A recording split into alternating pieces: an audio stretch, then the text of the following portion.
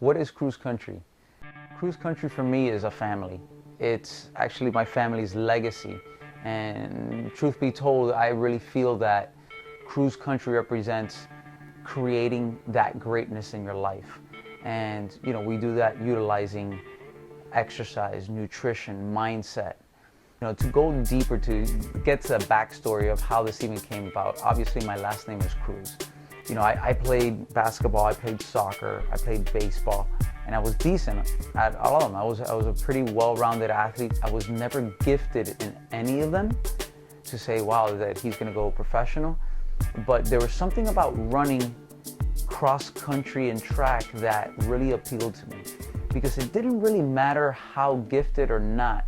Because you had the opportunity to really test yourself, it was always a win-win. Were you able to get the most out of yourself for that day? And I think that's important for that day, because each and every day we have certain capacities. The mental battles, the physical battles, all of those collaborate into that one sport.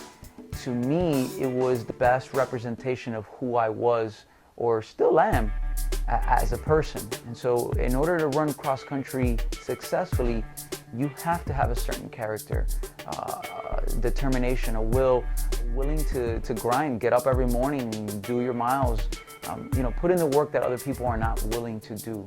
If you're able to do that, the same way as when you're part of our Cruz Country family, you'll see that we really stress, obviously, hard work. This isn't a magic pill. But so Cruz Country really represents all the lessons that my father and my mother taught me, all the lessons that I learned running cross country, playing sports, and how to put all of those into your life in order for you to achieve the goals that you want. How did my relationship with my parents really shape what I wanted to do? I was very, very fortunate, number one, to have both parents. Number two, to have such great parents that were so empowering and were great role models. My father is my best friend. He really taught me so much, not by the way he spoke, but what he did, I think, spoke even louder, because it wasn't, just do as I say. He was doing that when we run cross country, when we'd do any sports. He was always there, participating, and not just participating, but whipping up on us. He made it more competitive, and I was like, yeah, that's my dad, that nobody can keep up with. And I was very proud of that. His persistence, his hard-headedness, for lack of a better word, his logical reasoning, his approach to making sure that you were just, you had integrity, you had character. Those were all very important things. Being a gentleman, I think that's really shaped who I was. And my mother, as far as being an amazing mother, the examples that she gave, one of the ones that really always stands out to me is I remember being in high school, and she decided to go back to college after I don't know how many years being out of college, and she says, I need to finish this. She had just started when she got pregnant with me, and so she started working. I'll never forget when she did that, because it did two things for our family. Number one, it made us, all the kids, there were four of us, be more independent. So all of us learned how to cook, all of us learned how to do laundry, do the dishes, take out the trash, cut the grass, because now she wasn't home. She wasn't home in the evenings to do those things, so we each had different chores.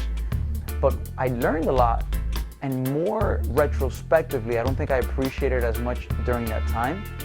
I learned a lot by watching her persistence and determination. You figure she's working 60 to 70 hours a week.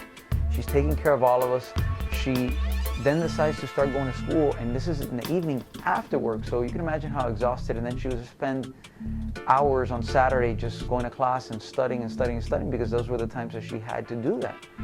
For her to graduate, in fact, she graduated just before I did in college, and I was just amazed, if you think about that, how difficult that is.